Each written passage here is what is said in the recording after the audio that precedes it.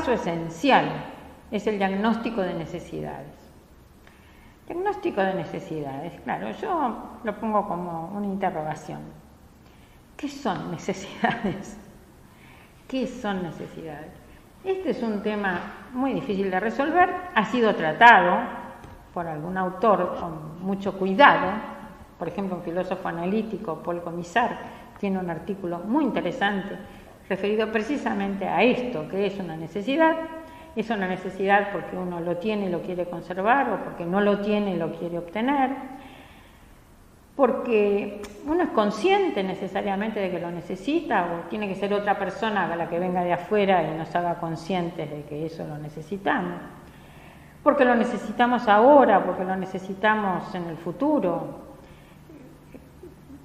La palabra necesidad tiene tantos significados que uno tendría que aclarar a qué llama necesidad.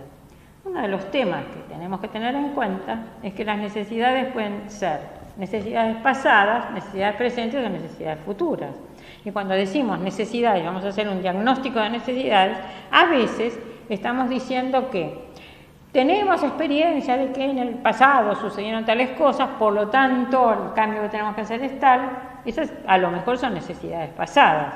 Necesidades presentes, bueno, hacemos estudios de investigación de la situación actual, por ejemplo, de un determinado campo laboral, y decimos esto es lo que necesitan nuestros estudiantes.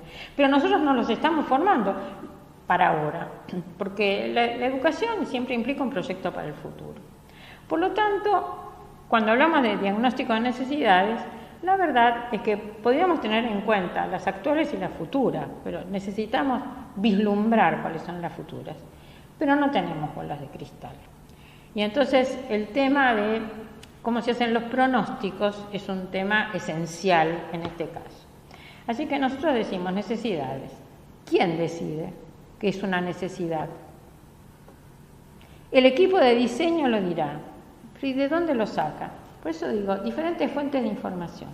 Lo que se recomienda precisamente es recurrir a la mayor cantidad y diversidad de fuentes de información que nos puedan indicar cuáles son esas necesidades.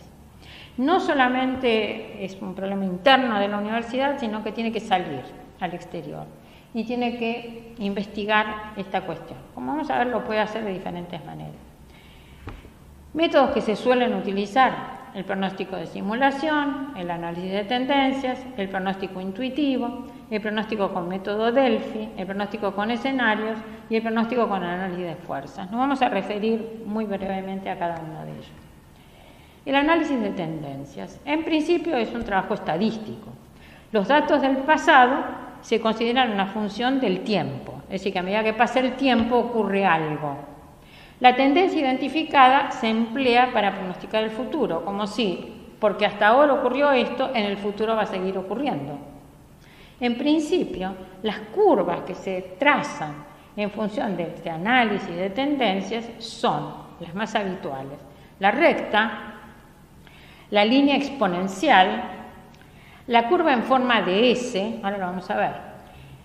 Al principio, como vamos a ver, es más rápida y luego se hace más lenta, y la curva en forma de J.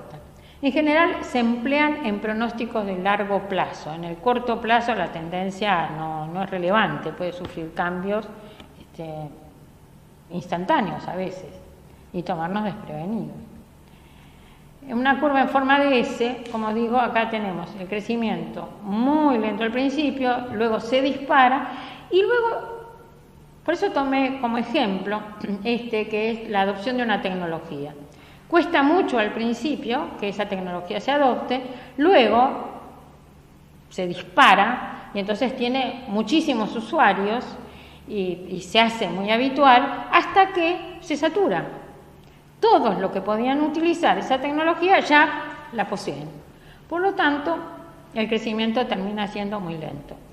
Piensen ustedes en una carrera, una nueva carrera, que al principio crece muy lentamente porque el público no la conoce, la gente joven no la conoce, hasta que se instala y empiezan a comprender qué representa esa carrera. Rápidamente se llena de estudiantes hasta que se satura. Tenemos carreras que han sufrido precisamente ese camino, han seguido estas curvas. Así que cuando nosotros decimos está en crecimiento, no sabemos si en determinado momento, y uno de los estudios que habría que hacer es el de la posible saturación. Porque llega un momento en donde tenemos carreras que tienen hoy muy pocos estudiantes, cuando hace algunos años tenían muchísimos estudiantes. Por eso hay que ver cuál es la tendencia. Pero nunca tenemos seguridad de cuál va a ser, qué es lo que va a pasar mañana, ¿no? La curva exponencial es una curva de crecimiento muy, muy lento al principio y de pronto se lanza con una rapidez enorme. Tampoco sabemos cuánto tiempo va a durar ese crecimiento exponencial.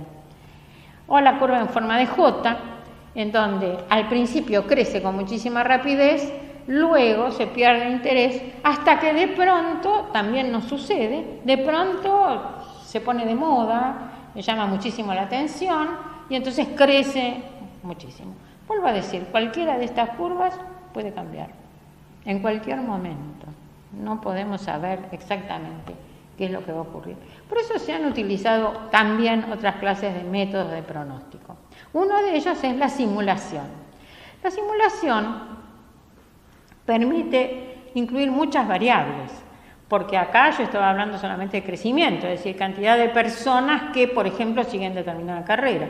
Pero acá cuando estamos pensando en simulación, ¿qué ocurriría si nosotros creáramos tal carrera o creáramos carreras en tales áreas que hasta ahora no existen? ¿Qué sucedería? Las interrelaciones con factores exógenos son muy importantes y tendríamos que ver qué pasa en el ambiente, qué pasa en el ambiente no solo local, nacional e internacional, porque todo esto en este momento para nosotros implica, como vamos a ver, un escenario muy complejo. Se acentúa la importancia de la estructura del modelo que se va a utilizar en la simulación. Si creamos tal especialidad, por ejemplo, ¿qué va a ocurrir? Bueno, hay que tener en cuenta muchos factores, pero la simulación, que se puede hacer incluso con computadora hoy, puede darnos mucha información de resultados posibles, de consecuencias posibles. Incluye muchos detalles del sistema modelado, porque eso es lo que permite, por ejemplo, en la simulación informática, nos permite incluir muchas variables que de otra manera serían difíciles de manejar. La influencia del flujo de información, la definición del modelo, es mucho más compleja en este caso que en el caso del análisis de tendencias, que suelen ser bastante simples, ¿no? Es apropiada, también es más compleja y apropiada que los métodos estadísticos, que manejan en realidad menos variables. La simulación es de hecho un modelo complejo que se pone en funcionamiento para ver qué ocurriría si se adoptara tal medida. Por ejemplo, tenemos carreras que nacieron siendo una materia de otra carrera, luego se fueron incorporando nuevas materias, hasta que finalmente se crea como carrera. O tenemos carreras que son carreras que permiten trabajos muy diversos y que de pronto encontramos que son segmentadas en carreras más cortas con alcances mucho más limitados cada una de ellas. Bueno, ¿qué ocurre si hacemos esto? ¿Y qué ocurre en la calidad del servicio prestado? ¿Y qué ocurre si se producen cambios en el futuro frente a estas carreras segmentadas y que ahora tienen un alcance muy acotado? En fin, hay muchas cuestiones que hay que incluir en un método de simulación y que se pueden incluir. El método de escenarios se utiliza muchísimo, solo que ya no estamos hablando prácticamente de un método quali-quanti, sino que es básicamente un método cualitativo, el método de escenarios, que lo que hace es hacer hipótesis acerca de qué podría ocurrir si. Es decir, si, por ejemplo, la producción se diversificara de una manera determinada, ¿qué ocurriría si nosotros tenemos que formar profesionales para trabajar en cada uno de esos sectores? Vuelvo a decir, son hipótesis. Normalmente las hipótesis son desarrolladas por expertos. Ahora, los expertos de esos campos, a su vez, han manejado fuentes de información. Muchas veces trabajos de investigación. Es decir, que muchas veces en el campo del desarrollo de las profesiones, esto tiene que tener en cuenta cuál es la situación no solamente, vuelvo a decir, local o nacional, sino también internacional, y a lo largo del tiempo, qué es lo que ha ido ocurriendo. El trabajo con escenarios utiliza muchos métodos diversos. Vuelvo a decir, en general quien trabaja con escenarios son expertos y se pueden adoptar distintas perspectivas, porque cada uno de ellos lo puede mirar desde un punto de vista diferente. Entonces, el análisis nos conduciría a decir los escenarios posibles son este y este, y esto es algo que encontramos hoy en el diseño de algunas carreras. Caso típico es ingeniería, por ejemplo, que trabaja con método de escenarios. Así que el método de escenarios también para el diagnóstico de necesidades puede ser muy útil. El método Delphi es un método de consulta a expertos. Se llama Delphi porque viene del oráculo de Delfos. ¿Cuál es el pronóstico de lo que va a ocurrir? Entonces, lo que se hace es preguntar a expertos que van a contestar independientemente unos de otros. Es una especie de encuesta que se le hace a un conjunto de expertos a quienes se le da a elegir entre un menú de opciones. Ellos eligen entre esas opciones, por ejemplo, las 10 que les parece más probables. En una segunda vuelta, y sobre las respuestas que ya dieron el conjunto de expertos, se eligen las 10 que han sido consideradas más probables y se les pide que elijan, como digo en la segunda vuelta, 3 de esas. Bueno, en este camino donde se van reduciendo las opciones, no se busca llegar al consenso. No se busca. Con que se elijan las 3 más probables de ese conjunto, por ejemplo, de 100 expertos que están dando su opinión, es suficiente. La respuesta sería esas 3 probabilidades. Pero el método Delphi es un método que no es complicado de llevar a la práctica. La gente, los expertos en algunos campos están muy acostumbrados a ser consultados sobre la base de este método de pronóstico, así que en general responden y es algo que las universidades pueden usar, ya que ellas mismas cuentan con muchos expertos, pero recordando que siempre hay que investigar no solo con los expertos internos, sino también con expertos externos y no solamente con los académicos, sino también con los que tienen trabajo, sobre todo trabajo profesional. Así que, bueno, vuelvo a decir, y no solo de esa carrera, sino también de otras carreras, a veces afines y a veces no afines, que tienen una visión acerca de cuál es el camino de la formación de profesionales en la producción de bienes y servicios, que es el trabajo que tiene la universidad. Así que, vuelvo a decir, el método Delphi se usa. Y también, bueno, se usan mucho, ustedes deben haber encontrado estudios de correlación, en donde la pregunta a la que se responde es ¿cuál es la relación que existe entre 2 o más variables que están relacionadas con una cuestión determinada, ¿no? Siempre las cuestiones de correlaciones, es un método estadístico necesariamente, implican que aunque la correlación sea, como vamos a ver, muy fuerte, positiva o negativa, no necesariamente hay una relación causal entre esas 2 variables. Un estudio correlacional típico, estoy diciendo, es el de la validez de test-retest. Por ejemplo, le tomo a un estudiante un test y luego repito ese test un tiempo después, tratando de ver si las respuestas que le había dado en el primer test, cuando yo le tomo ese mismo test de nuevo, las primeras respuestas me podían predecir las que él iba a dar después. Bueno, los estudios correlacionales, acá tengo una mini explicación, se calculan en términos numéricos, van de -1 a +1, siendo +1 cuando la correlación es muy fuerte y positiva, es decir, a más de una variable, más de un valor en una variable, aparece más valor en la otra variable, o pueden ser negativas cuando a más valor de una variable se da menos valor en la otra variable. Por ejemplo, más vacunados, menos enfermos. Entonces, los valores de la correlación van de -1 a +1 y cuando la correlación es fuerte se puede emplear para hacer predicciones. Pero sabiendo que nunca son seguras, porque vuelvo a decir que no hay una relación necesariamente causal, aunque sea más, menos y las 2 casos muy fuertes, no se puede pensar que es una relación causal. Se podría ver si se puede probar teóricamente, por ejemplo, que hay una relación causal, pero el valor mismo, el numérico, no alcanza para decir que la relación sea causal. Por eso les hago una pregunta y ustedes la contestarán. ¿Cuál de los siguientes coeficientes de correlación entre las variables X e Y es más fuerte? X y Z, perdón. El valor menos 0,75, más 0,25, más 50, más 60. ¿Cuál sería? Les hago la pregunta a ustedes la contestarán. ¿Qué conclusiones podrían sacar de las relaciones entre X y Z en cada uno de estos casos? Y ahora les pido también que den ejemplos de posibles estudios correlacionales de diagnóstico de necesidades para el diseño curricular. Si ustedes encaran el diseño curricular, ¿qué estudios correlacionales podrían hacer que les resulten útiles para hacer el diseño? Dejo planteadas entonces acá, en este caso también, dos preguntas. Otro aspecto que hay que tener en cuenta en este posible estudio que uno trata de hacer es el análisis de factores.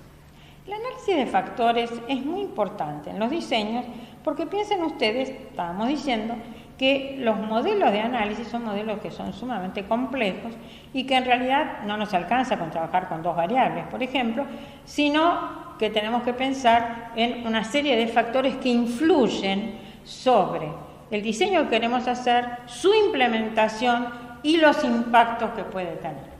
Por eso decimos, habría que determinar cuáles son las variables significativas y qué relación puede haber entre esas variables. Por ejemplo, estudio de la correlación entre variables. ¿Se puede fundamentar teóricamente una posible relación causal? Lo que venía diciendo. Si yo tengo una relación R, se dice una correlación R, más 1, es muy fuerte, casi es imposible encontrarla en la realidad, pero de todas maneras, si me aproximo al más 1, significa que a más valor de una, más valor en la otra.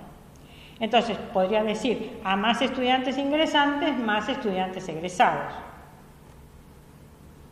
Es una relación lineal que, como sabemos, no siempre se cumple. Tendríamos que analizar cuál es la correlación que existe entre los ingresantes y los egresados y tratar de justificarla teóricamente. Si fuera baja, si no fuera cercana al más 1, a más, si no fuera cercana al más 1, yo tengo que analizar cuáles pueden ser las razones por las cuales no se da esa relación. ¿Hay problemas en el ingreso? ¿El ingreso no está bien resuelto? ¿Hay problemas en el desarrollo de la carrera? ¿Hay problemas en la finalización de la carrera? ¿Dónde están? Bueno, ese es un tema que en el diseño curricular hay que tener siempre presente. Se procura reducir el número de variables para definir las que tienen mayor peso. No vamos a trabajar, sabemos que es complejo, pero no vamos a trabajar con 5.000 variables porque es imposible. El análisis puede ser factorial, multifactorial. Cuanto más multifactorial sea, más difícil, mayor número de relaciones va a haber entre los elementos considerados. Por eso digo, hay distintos tipos de análisis factorial. Entre los pronósticos, el análisis de fuerzas internas y externas es una clase de análisis factorial. Kurt Lewin, el famoso, en realidad físico y psicólogo Kurt Lewin, decía que el cambio es el resultado del balance de fuerzas existentes en el campo, por ejemplo, en este campo de trabajo, en el campo del diseño de un currículo determinado. Algunas de esas fuerzas son fuerzas impulsoras. No olvidemos que él era físico. Fuerzas impulsoras. Y hay otras fuerzas que son opositoras. Es decir, que uno podría hacer un análisis vectorial de cuáles son las fuerzas que inciden en el campo en el cual está trabajando. Es necesario identificar cuáles son las fuerzas impulsoras y cuáles son las fuerzas opositoras. Porque a lo que a nosotros nos interesa no es solo escribir papeles, sino que se lleve a la práctica el proyecto. Entonces tiene que saber cuáles son los que van a impulsar positivamente el proyecto y cuáles son las fuerzas que van a estar en oposición. Hacer un mapa de esas fuerzas, vuelvo a decir, es un análisis en última instancia vectorial. ¿Se puede adoptar un curso de acción para maximizar las fuerzas impulsoras y minimizar las fuerzas opositoras? Hay que negociar. No sé si ustedes recuerdan que habíamos dicho que el currículo es un campo de negociación. Y si efectivamente queremos que nuestro diseño se lleve a la práctica, vamos a tener que negociar. Vamos a tener que negociar con los opositores y en lo posible apoyar y tratar de acrecentar las fuerzas impulsoras. Esto implica hacer lo que se llama una construcción de viabilidad. Ver cuáles son los obstáculos, cuáles son los facilitadores, cuáles son los oponentes y cuáles son los aliados. Y el equipo de diseño debiera tenerlo claro. Las autoridades de la institución también tienen que tenerlo claro. ¿Qué obstáculos van a encontrar? ¿Cuáles están encontrando? ¿Cuáles son los que nos van a facilitar? ¿Cuáles son los opositores? ¿Y cuáles son nuestros aliados? No quiero decir que esto convierta a algunos en buenos o malos. Todos tienen intereses diversos y los intereses que se ponen en juego en la creación de una carrera y en el diseño curricular son muchos y muy variados y por distintas razones. Vuelvo a decir, no necesariamente son buenos y malos. También, cómo se resuelven estas relaciones de oposición y de alianzas. Por la coacción, a través de una orden, porque la autoridad lo decide, a través de cooperación, en donde todos se ponen de acuerdo en que hay ciertos objetivos comunes y se ponen al servicio del logro de esos objetivos comunes, o a través de un conflicto en donde los intereses son diversos y hay que negociar cediendo cada una de las partes. Por eso la resolución de estas situaciones no es sencilla, puede quedar en una confrontación que permanece después de la aprobación, por ejemplo, de un nuevo plan de estudios, o a través de una negociación en donde el nuevo plan de estudios resulta de que algunos cedieron un poco y otros también cedieron un poco y se llega a una especie de acuerdo generalizado. Como digo, esto sería construir viabilidad, la viabilidad seguramente a través de la negociación. Hay grandes decisiones de diseño que hay que tomar. Por ejemplo, ya habíamos mencionado antes algunas. Número de etapas en la formación de grado, 1, 2, 3 ciclos de grado, si es que uno adopta el formato en ciclos, o el tipo de certificación o diploma que va a dar en cada etapa. Puede ser que en los 2 o 3 primeros años uno resuelva dar una especie de diploma o que solo dé diploma al finalizar la carrera. Son decisiones que hay que tomar. Si va a tener orientaciones diferentes en los estudios de grado o solamente va a ser un estudio que va a terminar solo con un único diploma final. Si el grado, como ya dijimos, va a ser centrípeto o centrífugo, y si el posgrado va a ser centrípeto o centrífugo. Esto ya lo habíamos visto en el módulo anterior. La flexibilización curricular hoy es algo así como la norma. Les puedo decir, en el mundo de las universidades se sostiene que el currículo debe tener condiciones de flexibilidad. De flexibilidad en un doble sentido. Para adaptarse a la diversidad de los estudiantes que necesariamente hoy tienen las universidades, ya hoy no se puede pensar en un estereotipo de estudiantes en donde todos sean iguales y a todos les interese lo mismo, sino que hay que pensar que son diversos, que son diferentes, y por lo tanto el currículo debiera dar espacio para esa diversidad. Y en segundo lugar, porque necesariamente, como vamos a ver y como va a resultar seguramente de los estudios que ustedes hagan al hacer un diseño curricular, las profesiones van cambiando y entonces es necesario pensar que algunos cambios va a haber que introducir en el currículo, que uno no puede esperar 15 años para introducir cambios. Entonces, ¿dónde estarían esas posibilidades de apertura que haya en un diseño curricular, de manera de ir adaptándolas a los posibles cambios de la profesión, del mundo del trabajo, de la ciencia y de la tecnología? Por eso digo que esta posibilidad de adaptabilidad que tiene que tener el currículo hoy se considera absolutamente fundamental a la diversidad de los estudiantes y a la diversidad de las circunstancias, de las situaciones, de la dinámica de las profesiones y del mundo del conocimiento y del trabajo. Por eso estoy diciendo, hay distintas acciones de flexibilización que hay que tener en cuenta. Por ejemplo, uno dice, los graduados se insertan en un mercado de trabajo que es flexible. Ojo, que flexible, ya sé que lo que implica la flexibilidad. Estoy diciendo, a veces la desregulación, a veces condiciones peores de trabajo, a veces horarios que prácticamente no se pueden cumplir, puestos de trabajo nuevos que se crean, nuevas especializaciones, competencias que aparecen que antes no aparecían. Lo marqué en rojo porque muchas veces esto tiene graves consecuencias para los profesionales y en otros casos puede tener beneficios. Entonces la flexibilidad es un tema que hay que trabajar con cuidado. ¿A qué llamamos flexibilidad? La flexibilidad muchas veces justamente es lo inverso de la seguridad. Si yo pienso las cosas pueden ir cambiando, ¿qué seguridad tiene ese profesional en la ocupación, por ejemplo, que está desempeñando? Pero hay que formarlo de tal manera de que él también pueda ir adaptándose a la dinámica de su profesión, que es inevitable, porque la dinámica de la ciencia, de la tecnología y del trabajo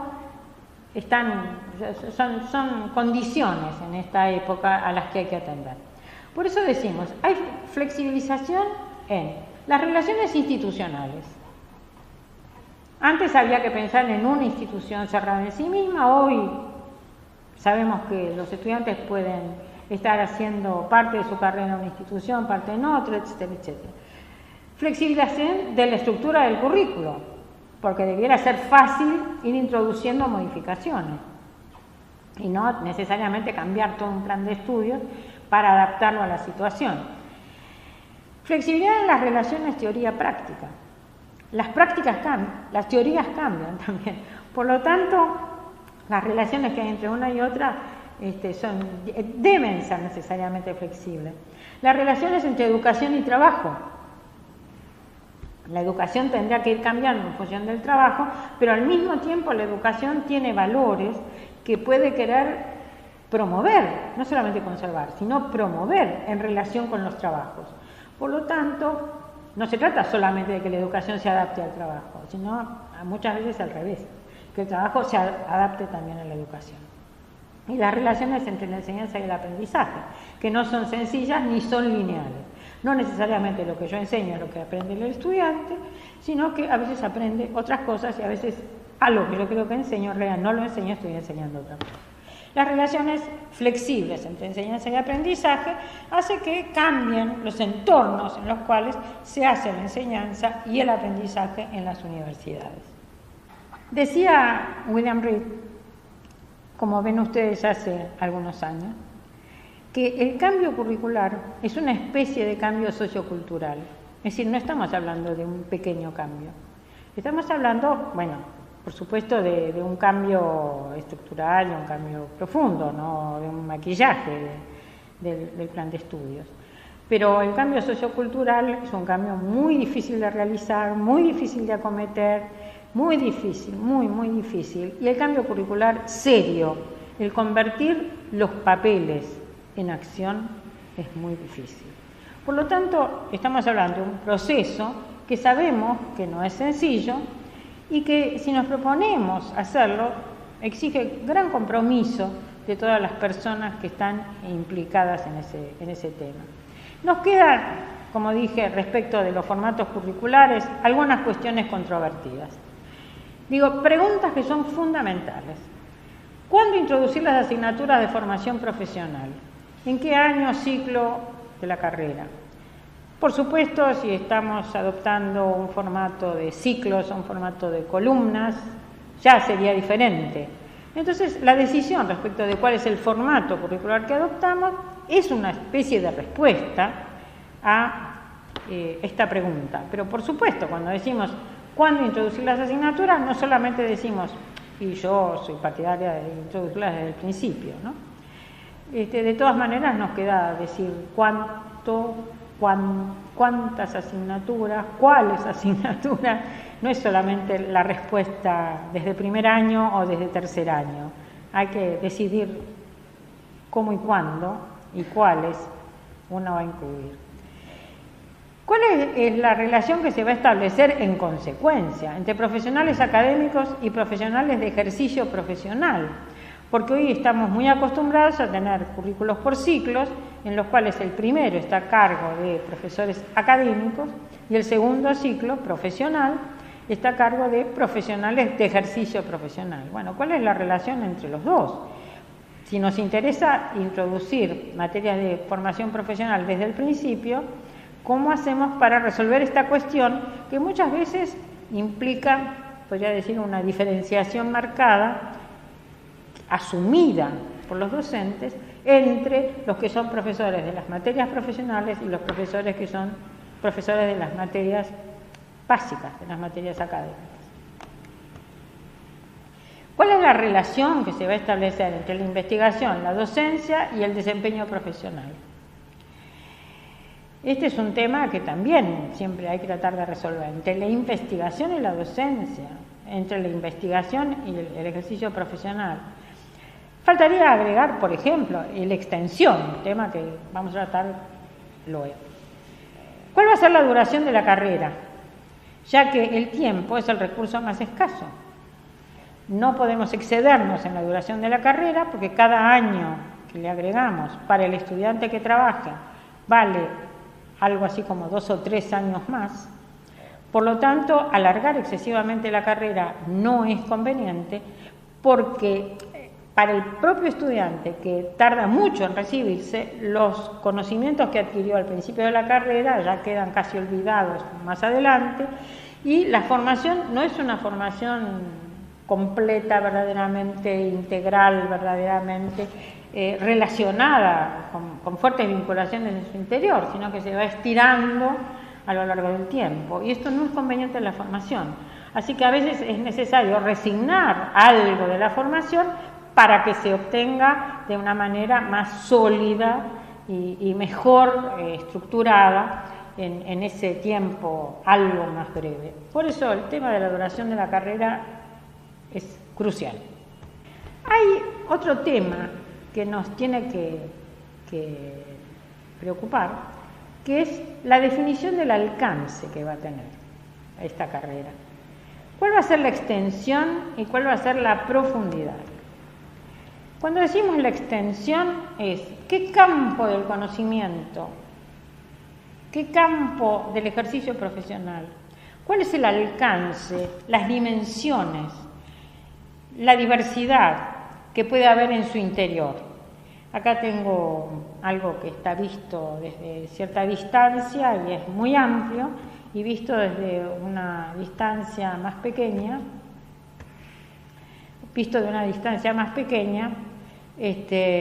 se ve los pequeños detalles, pero se cubre un campo mucho más pequeño también.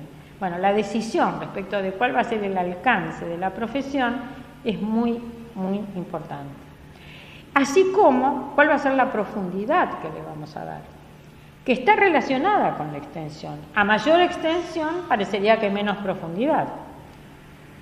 Tratamos más temas, tratamos más funciones que puede desempeñar el profesional, los vamos a desarrollar más superficialmente. Entonces, la profundidad también es un tema que se relaciona con la extensión, pero que cuando nosotros tomamos la decisión de formar a un profesional, tenemos que resolver. ¿Con qué extensión pensamos esa profesión y con qué profundidad pensamos su formación? Otro tema que nos interesa precisamente relacionado con las dimensiones es la secuencia. La secuencia es decisiva cuando nosotros hacemos un diseño curricular. La secuencia se refiere a la relación de desarrollo vertical de temas y problemas y de formación de capacidades, porque tratamos temas, resolución de problemas y desarrollo de capacidades o habilidades o competencias. ¿Qué lógica seguimos para definir esa secuencia? ¿Qué va primero, qué va después? Son decisiones que a veces se toman por tradición, a veces se toman por el nombre de las asignaturas. Por ejemplo, análisis matemático 1, análisis matemático 2, análisis matemático 3 tienen establecido cuáles son sus temas. Pero si yo digo física, física 1, física 2, física 3, no tienen establecidos cuáles son sus temas. ¿Con qué secuencia define uno? ¿Qué es lo que va a dar en física 1? ¿Qué es lo que va a dar en física 2? Física 3 suele tener un contenido más definido. Pero lo que quiero decir es que no son los nombres, el 1, 2 y 3, ni la tradición de que primero se ha enseñado tal cosa y después se ha enseñado tal otra, lo que nos puede permitir resolver adecuadamente cuál va a ser el diseño curricular. Hay que pensar de nuevo, y hay que pensarlo en términos de, vuelvo a decir, tema, problema, formación de capacidades o competencias. ¿Cuál es esa secuencia? ¿Qué va a ir primero y qué va a ir después? ¿Cuáles son los conocimientos previos que hace falta que el estudiante tenga para poder seguir esa secuencia? Ir opciones del todo a las partes o de las partes al todo. Son decisiones que hay que tomar. Si se va a hacer por inducción, es decir, partir de la experiencia, por ejemplo, empírica, para llegar a la abstracción, o se va a partir deductivamente de la abstracción para llegar a la experiencia. Quiero decir que en este momento hay una cierta predominancia del trabajo por inducción, o por lo menos se trata de ver que tiene ventajas de inducción cuando la tradición universitaria en general ha sido deductiva. ¿Cuál es el orden cronológico con el cual se va a ir estableciendo esta oferta curricular? Y la otra posibilidad es trabajar con análisis de actividades. Pero análisis de actividades, como vamos a ver incluso luego, se puede hacer tanto inductivamente como deductivamente. Entonces, tanto puedo sacarlo por observación de las personas que están trabajando, qué conocimientos ponen en juego para ir construyendo luego el programa de formación, o puedo simplemente decir yo quiero que pueda hacer tal cosa y entonces deductivamente digo qué es lo que necesitaría saber para hacer cada una de esas etapas y luego hago el programa de formación. Vuelvo a decir, hoy el tema de la discusión entre inducción y deducción es un tema que está casi a la orden del día en la formulación de los planes de distintas carreras universitarias. Una dimensión que también hay que tener en cuenta es la continuidad, porque lo peor que puede ocurrir es que el currículo esté fragmentado en pedacitos que no tienen que ver unos con otros. Las relaciones entre los aprendizajes previos y los nuevos es un tema que hay que cuidar. Redundancia en contenidos temáticos y uso de habilidades.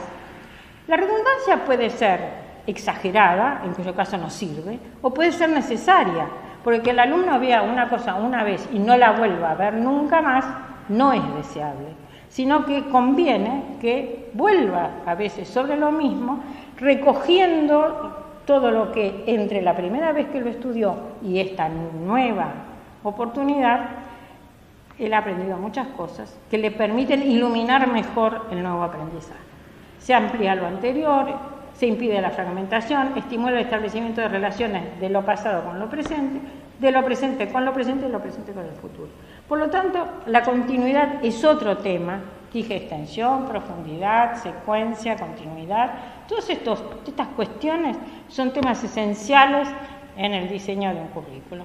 Y recuerdo entonces que los formatos que hemos visto son estos que tenemos acá. Hay que elegir entre currículum por asignatura, ciclos, bloques, columnas, abanico. Hay alguna posibilidad de combinar algunos de estos. Y tenemos que tomar una decisión si el currículum va a ser cerrado o abierto. Si va a ser cerrado, imponiendo una estructura que no tiene posibilidades de elección, no hay grados de libertad para los estudiantes, o puede ser abierto y los estudiantes pueden tomar decisiones, elecciones referentes a el orden con el que estudian o las materias que estudian o la orientación que van a seguir dentro de la carrera. La administración del currículo, me parece que también ya algo hemos dicho sobre esto. El currículo se puede administrar por créditos. La definición de la unidad de crédito puede variar. Hay una que es clásica, que es la definición de los créditos Carnegie, que se creó en la Universidad de Harvard en 1880 y que tiene una equivalencia con horas de asistencia a clases, sean clases teóricas o prácticas. O se puede utilizar el sistema europeo de transferencia de créditos, que incluye no solo la asistencia a clases teóricas o prácticas, sino todo el tiempo que los estudiantes necesitan para poder cursar y aprobar una materia. Es decir, que varía totalmente el cálculo en un caso y en otro. Se homologan actividades curriculares por créditos, esta es una forma de administrar el currículo, o se aprueban por asignaturas. Es decir, el estudiante cursa una asignatura, la aprueba y esa asignatura queda aprobada. Por ciclo, trayecto de formación, se define cómo es. Las opciones son entonces o por créditos o por asignaturas. Bien, y problemas a resolver, ya nos hemos quedado con algunos, digamos. La formación para la integración de conocimientos, que el conocimiento no sea algo fragmentado por materias sueltas que no tienen que ver entre sí. La formación de competencias para la elaboración de proyectos, porque hoy un profesional universitario tiene que ser capaz de elaborar proyectos. La formación flexible, que facilite la confirmación o el cambio de la carrera, es decir, que si el alumno resuelve cambiar de carrera, no pierda todo lo que ha obtenido como formación previa. El diseño del primer año de estudios, que es una cuestión delicadísima, porque en muchos casos de ella depende que el estudiante permanezca en la carrera o la abandone. Entonces, el resolver adecuadamente el primer año de estudios es un problema en sí mismo. ¿Y cómo enseñar las ciencias básicas? Si enseñarlas relacionadas con problemas profesionales o no, en un ciclo puro de ciencias básicas para pasar luego a un ciclo de formación profesional, este es un tema que hoy tendría que decir que ni siquiera está en discusión, porque la verdad es que se ha llegado a la conclusión en relación con muchas carreras, en reuniones internacionales o de diseño curricular de carrera, de que hay que enseñar desde el principio las ciencias básicas relacionadas con problemas profesionales. Así que, como digo, hay problemas para resolver y son problemas que atañen directamente al diseñador del currículo. Agregamos, enseñar a aprender de la experiencia, porque una vez que se reciba alguien, va a tener que seguir aprendiendo solo. Hará un posgrado en algunos segmentos de su vida, pero el resto del tiempo, como profesional, va a tener que aprender de lo que son los resultados, las consecuencias de su práctica profesional. ¿Cómo resolver los procesos de internacionalización? Ese es un tema en sí mismo. Hoy la internacionalización es algo que está permeando todos los sistemas universitarios, pero tiene que tener resultados positivos. Puede hacerse bien o puede hacerse mal. Entonces conviene analizarlo como problema en sí mismo. Y finalmente, un tema que también se ha ido planteando y que se plantea en algunas carreras con mucha fuerza, que es que algunos sostienen que hay que formar un profesional global. Es decir, que no se trata de formar un profesional local ni nacional, sino un profesional que pueda desempeñarse en cualquier lugar del mundo, porque hoy el mundo se ha globalizado. Bueno, lo estoy planteando como una cuestión para discutir.